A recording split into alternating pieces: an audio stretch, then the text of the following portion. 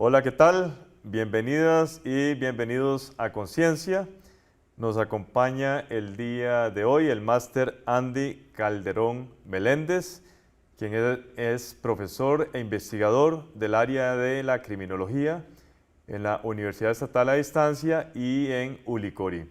Andy, bienvenido a Conciencia y muchas gracias por querer compartir con nosotros este importante tema. A usted las gracias. Que no lo hemos definido, factores que contribuyen a la exclusión y victimización de las personas exprivadas de libertad en la inserción laboral. ¿Cómo se inserta usted en este tema, Andy? Bueno, inicialmente por una preocupación hacia un sector de la población que es poco considerado por las personas que estudian personas o grupos poblacionales en alto riesgo. Los exprivados de libertad simplemente no se consideran mucho porque se dice, bueno, van a estar 30 años cumpliendo una pena y nadie se dio cuenta cuando pasaron esos 30 años.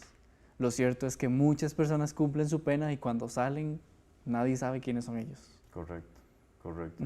O sea, una motivación personal, diría yo, o sea, una sensibilidad suya con respecto a este grupo poblacional. Sí, exacto, y además de eso, porque cuando un privado de libertad está cumpliendo su pena, lo único que desea es volver a salir a la sociedad y retomar su vida, pero cuando ese privado de libertad se enfrenta a la sociedad, se topa con algo nuevo. O sea, algo que durante 2, 3, 5, 10, 15 o 30, 35 años no vio. Y cuando se enfrenta a esta sociedad, encuentra completamente muchas cosas cambiadas y dentro de eso está su propio grupo familiar. Vamos, sí, me puedo imaginar. Vamos a ir desarrollando muchos de estos conceptos. En términos generales, ¿cuál es el panorama en esta temática de exclusión y victimización del exprivado de libertad en nuestro país? Sí, actualmente en Costa Rica existen varios programas que permiten a los privados de libertad empezar a insertarse en la sociedad. Son los programas de adaptación social, sin embargo, no todos son tan efectivos en este ámbito cuando ellos, por ejemplo, quieren buscar empleo. Ellos se enfrentan a una situación que es muy difícil, si ya para un civil que no ha sido privado de libertad, que tiene experiencia laboral, que tiene manejo de un idioma, conocimiento en paquetes informáticos, con estudios universitarios, le es difícil insertarse al mercado laboral. Cuando ellos llegan después de haber cumplido su pena, que probablemente no tienen estudios, ya no tienen experiencia y tienen su hoja de delincuencia manchada, que a pesar de que ya ese récord no está saliendo a como salía antes, siguen siendo etiquetados. Ellos siguen siendo etiquetados, el simple hecho de decir, ah, no, yo estuve en prisión 2 años, ya se le etiqueta y se le puede catalogar como una persona que violó, que traficó drogas, que robó, que asesinó, que traficó armas, órganos, porque simplemente la sociedad piensa que el que está en un centro penitencial es todo eso. Entonces, es una realidad a la que ellos cuando se enfrentan les cuesta tanto insertarse que es por un simple desconocimiento de la sociedad, que no saben por qué es que esa persona cumplió una pena privativa de libertad. La UNED tiene un programa, la Universidad Estatal a Distancia tiene un programa propiamente, ¿verdad?, para darle seguimiento educativo, sobre todo a estas personas, ¿verdad?, sobre todo población penitenciaria. Coméntenos de esos programas. Sí, ¿Cómo desarrollan? ¿Cuándo nacieron? ¿Cuál fue el propósito inicial? Si se ha mantenido ese propósito, ¿ha cambiado? Sí, inicialmente se desarrolló desde la Defensoría de los Estudiantes y se creó el programa de atención a estudiantes, al estudiante privado de libertad, en donde lo que se trata es de brindar la oportunidad de acceso al estudio en educación superior desde un centro penitenciario. Ninguna universidad desde los años 80 siquiera lo concebía como posible. La UNED, por su metodología, por su función base, que es tratar de llevar la educación a cualquier parte del país, decide incursionar en el mercado de los estudiantes que están privados de libertad, y esto se da porque un par de estudiantes quieren estudiar. Entonces hacen y llenan el formulario de ingreso, solicitud de ingreso a universidades públicas, y cuando la UNED se topa de que son privados de libertad, entonces ellos dicen, bueno, hay una población que quiere estudiar y hay una población a la que hay que atender. Entonces, a partir de eso se crea el programa de atención a estudiantes privados de libertad. En su mayoría son becados, la universidad brinda becas, se les hace todo el estudio socioeconómico al igual que los demás estudiantes y se les brinda la ayuda o la atención socioeconómica para que ellos puedan cubrir sus costos por colegiatura. También hay otros programas a través de la Federación de Estudiantes o de la Defensoría de los Estudiantes, que ellos brindan una asesoría o acompañamiento, ya sea legal, pedagógico, curricular, en donde ellos dicen, bueno, es que tengo dificultad para aprobar tal asignatura, entonces el programa lo que hace es coordinar con las demás cátedras de la universidad de que existe un cierto grupo de estudiantes que requieren una atención específica porque son de un centro penitenciario tal, entonces la universidad coordina todo el traslado de material, lo que es la aplicación de exámenes, el uso de los programas informáticos cuando así se tienen que utilizar, y la universidad abre las puertas prácticamente en un 100%, brinda todas las carreras universitarias a los estudiantes privados de libertad, con una limitante, de que al ser privados de libertad ellos no pueden participar de ciertos grupos como los laboratorios de química, biología o física, las giras, carreras como... ¿Y no se implementan sus laboratorios en sus propios centros? Sí, se ha intentado, el problema es que tal vez son 2 o 3 estudiantes por cada uno del centro penitenciario. Entonces, no es factible para la universidad invertir tanto en solamente 2 o 3 estudiantes. Y el estudiante no se le permite trasladarse a por ejemplo, a un laboratorio. O tal vez si un estudiante dice, yo quiero estudiar manejo de recursos naturales y tienen que ir a hacer una gira a una montaña, simplemente a ellos, por su condición legal de estar como privado de libertad, no se les permite participar. Claro, sin embargo, la universidad está abierta a que si se dan todas las condiciones y por el convenio que existe con el Ministerio de Justicia y Paz, se permite dar, la universidad prácticamente está capacitada para hacerlo. Andy, ¿tenemos un estimado o tienen ustedes un estimado de cuál ha sido la población beneficiaria de estos programas? Sí, actualmente hay aproximadamente 235, 240 estudiantes activos en todos los centros penales, de prácticamente todas las carreras, en su mayoría. ¿Y graduados? Graduados andan más o menos entre unos 80, 90 estudiantes. De hecho, este año hubo, si no me equivoco, 2 estudiantes privados de libertad que se graduaron del diplomado de Administración de Empresas. Qué interesante. Administración de Empresas y Educación son como las carreras más demandadas en los centros penales. Qué interesante. Permítame hacer una pausa y ya continuamos con este interesante tema. Ya regresamos.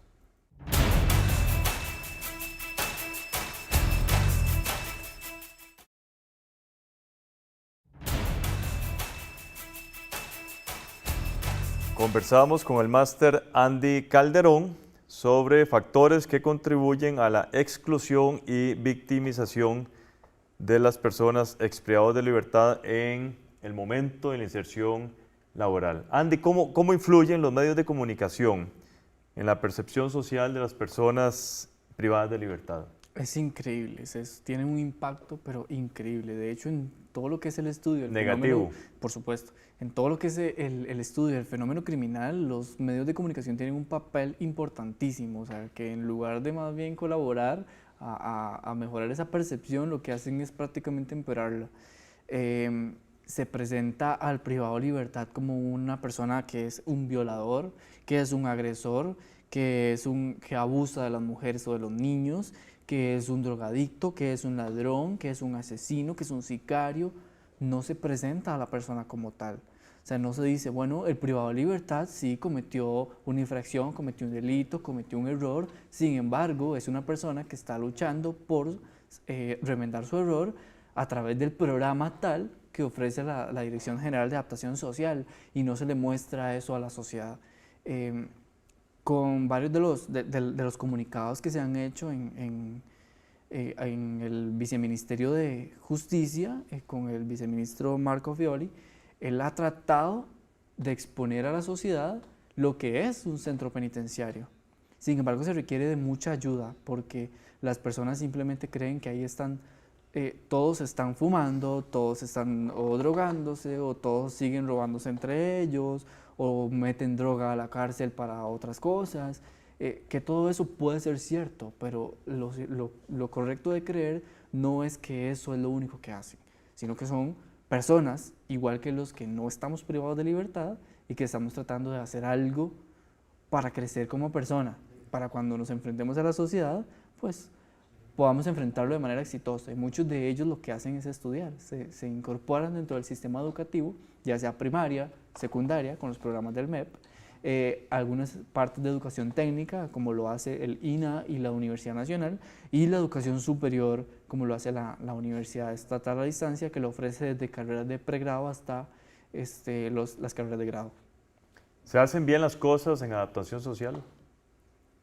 Pues eso tendría que analizarse más caso por caso, porque adaptación social no utiliza un programa genérico en donde dice, bueno, tenemos 3 exprivados de libertad o 15 o 20 que están a 2 años de cumplir su pena y podemos meterlos a todos en este programa. Ellos analizan caso por caso. Entonces, si yo le digo que hay éxito, hay que ver caso por caso, en donde alguna persona se le puede decir, bueno, tiene éxito, por consiguiente se le autoriza a trasladarse a un programa semi-institucional o se le autoriza a trasladarse a una modalidad en donde puede estar en la casa durante todo el día, pero tiene que llegar a firmar una vez al día, o que se le da el famoso, la famosa modalidad de prisión en la habitación, en una casa de habitación. Entonces hay que analizarlo caso por caso, no es posible No se puede generalizarlo. generalizar. Uh-huh. Vamos a ver, cuando una persona cumple con su sentencia y se tiene que reinsertar laboralmente hablando, ¿qué desafíos enfrenta esa persona que viene recién saliendo del centro penitenciario? El primero que se enfrenta es el económico. O sea, el económico, porque al estar en el centro penal no ha tenido ingreso de ningún tipo. Y en muchos casos sus familiares no tienen un soporte económico para llegar y recibir al exprivado de libertad y soportarle hasta que esa persona pueda buscar un empleo. El segundo es el familiar. En muchos casos las familias los apartan. O sea, simplemente los desconocen o ya no les ayudan, o si les ayudan son 1 o 2 grupos de la familia, pero no todos. Entonces la persona ya no solamente familiar, sino también emocionalmente ya no está recibiendo ese apoyo. Y después de eso, el problema social que existe es que al haber siquiera entrado a un centro penal, ya se le etiqueta. Y la sociedad por completo le cae encima con todas las formas que puede describirse a un privado de libertad, y se dice, usted no es bienvenido a la sociedad porque usted es esto, esto y esto. Se recibe una etiqueta, una marca. Es correcto, sí, la persona inclusive desde que está adentro, sin siquiera haber salido, ya tiene la etiqueta, y cuando sale con esa etiqueta. Es como cuando salimos nosotros con la cédula por primera vez, salimos con cédula, ellos salen con una etiqueta. Y es una etiqueta que socialmente cuesta muchísimo quitarla. Qué duro, es un tema duro. ¿Qué datos existen sobre el rechazo o no reclutamiento laboral? ¿Qué saben ustedes sobre esto? ¿Es un problema serio?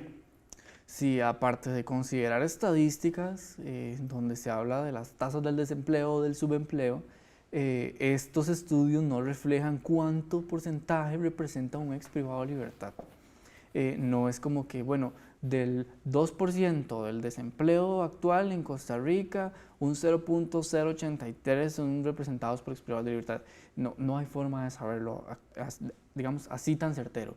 Lo que sí es posible decir es que las empresas no reclutan de manera sencilla un exprivado de libertad.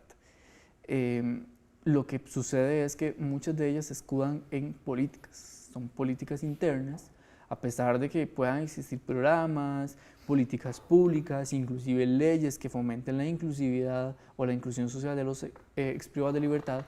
Las políticas internas de las organizaciones pueden limitar o frenar siquiera la presentación de su currículum. O sea, con solamente que lleguen con su currículum y digan que fueron exprivados de libertad o que son exprivados de libertad, ya son rechazados, porque la política dice no se puede contratar personal con antecedente penal, independientemente del que sea. Entonces es un factor bastante importante en el mercado laboral, que no podemos cuantificarlo, porque no existe una estadística segregada para esta población, pero las empresas, tanto públicas como privadas, porque en la investigación sí traté de indagar bastante en empresas públicas y privadas, ponen freno, o sea, ponen freno.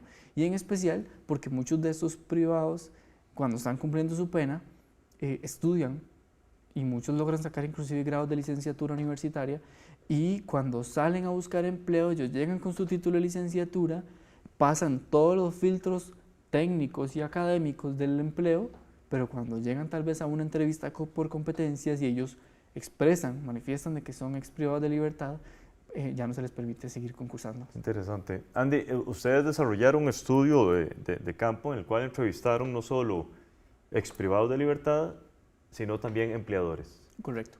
¿Verdad? Yo quiero que en el siguiente segmento, porque tenemos que hacer una pausa, nos comente cómo se desarrolló y obviamente los principales resultados que ustedes han obtenido a la fecha. Exacto. Ya regresamos con todas y todos ustedes.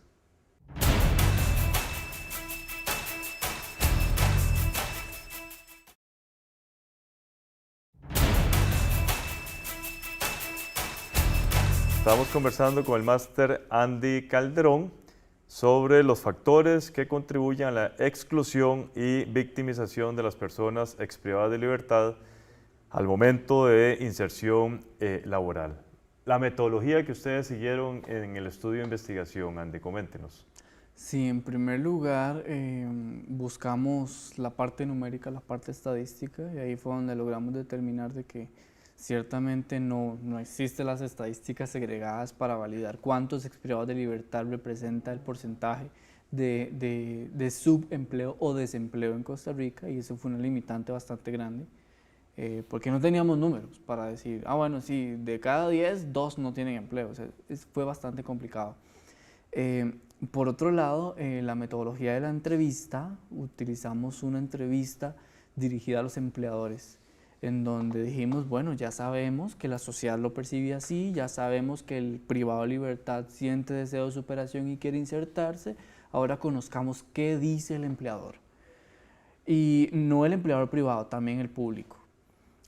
Lo primero que nos topábamos era, bueno, venimos a hacer una entrevista de tal investigación, de tal institución, sobre tal tema. Automáticamente nos decían, aquí no contratamos privados de libertad, no les podemos ayudar. Aportas. Sí, exactamente. O sea, ni siquiera podíamos conocer la opinión que tenían.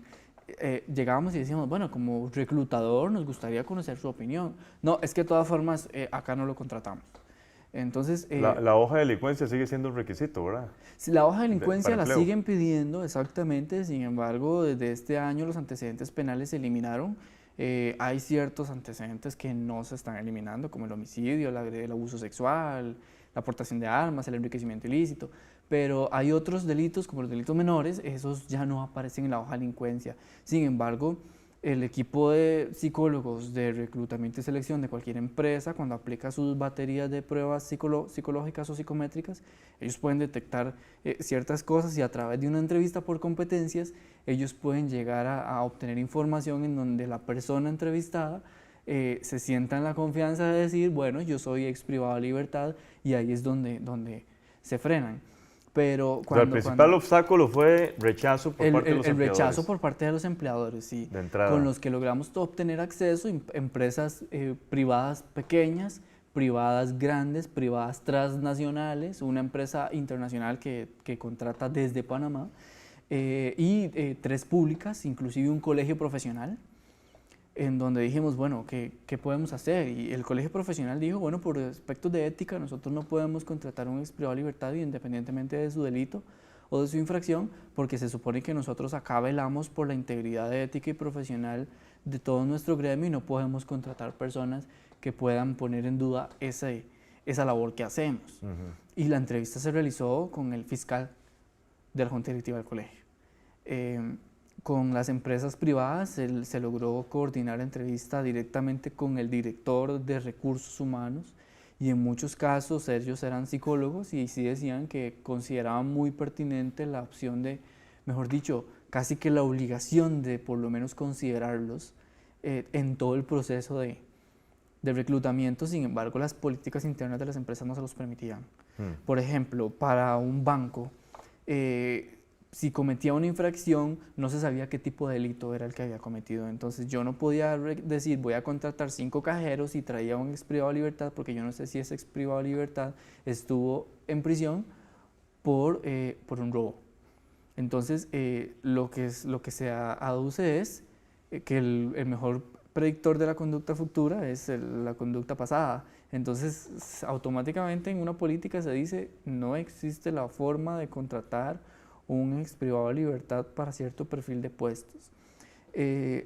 ¿Cuántos empleadores entrevistaron ustedes? 14 empleadores efectivos, Correcto. porque en total hicimos contacto como con 35. En los cuales ustedes no tuvieron acceso. No tuvimos digamos, acceso a respuesta. todos, exactamente. Claro. ¿Esta empresa panameña era para reclutar gente a llevar a Panamá o para No, trabajar ellos acá? daban servicio outsourcing y reclutaban para puestos y empresas acá local. en Costa Rica, exactamente. Yeah. Inclusive lo trabajan en Panamá y ellos decían de que sí, que ellos inclusive trabajan programas donde tienen un empleado que es ex privado de libertad en Panamá, pero que tiene ciertas limitaciones. Por ejemplo, no se le permite entregar facturas de proveedores ni recibirlas. No se le permite trabajar directamente con la recepción o la entrega de materiales cuando están trabajando en un proyecto en una fábrica, sino que solamente en la parte operativa. Pero ¿Se encontraron ustedes con alguna que tenga una política más bien abierta a ese tipo de personas? No, ninguna política existe. No, todas con restricciones. Todas imponen restricciones. Si no es por el tipo de trabajo, es por las competencias que pide el puesto.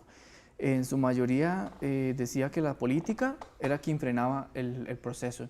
Y en un par de empresas, las 2 transnacionales, decían que ellos tenían sus métodos para validar si la persona era idónea o no para trabajar en la empresa.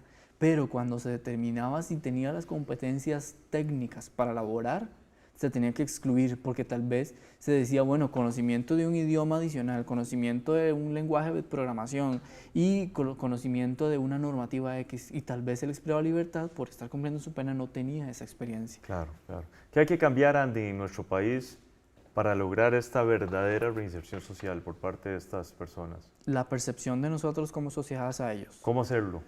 A través de un conocimiento de qué es lo que hacen ellos, y ciertamente decir, bueno, es un privado de libertad, cometió un delito, está cumpliendo la pena, pero no es otra cosa diferente de lo que soy yo. Es una persona y tiene derechos. O sea, recordar que un privado de libertad tiene derecho a todo excepto al libre tránsito. O sea, tiene derecho absolutamente a todo. Entonces, cambiar la percepción que tenemos hacia ellos en decir, bueno, cuando esta persona cumpla su pena, saldrá a la sociedad y habrá que verle como una persona más.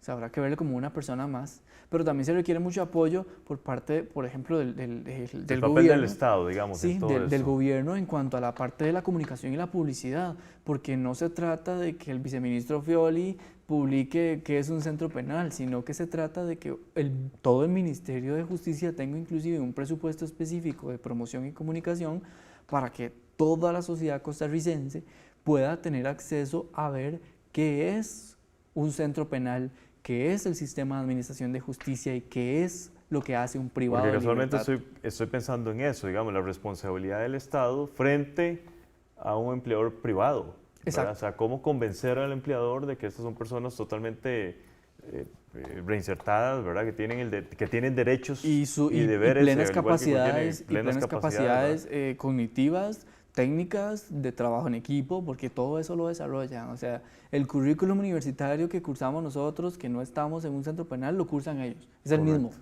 Es el mismo. Entonces, las mismas competencias, las mismas habilidades, los ejes transversales, todo es exactamente lo mismo. Perfecto. Vamos a ver si esto es un importante mensaje para el Ministerio de Justicia y Paz. Por supuesto. ¿Verdad? Y Mayor que comunicación. a que muy corto plazo hayan cambios sustanciales a partir de este proyecto de investigación de ustedes. Claro que sí. Muchísimas gracias, Andy. Gracias. Muy interesante. Gracias a todos y todas. Continúen con la programación de Canal UCR.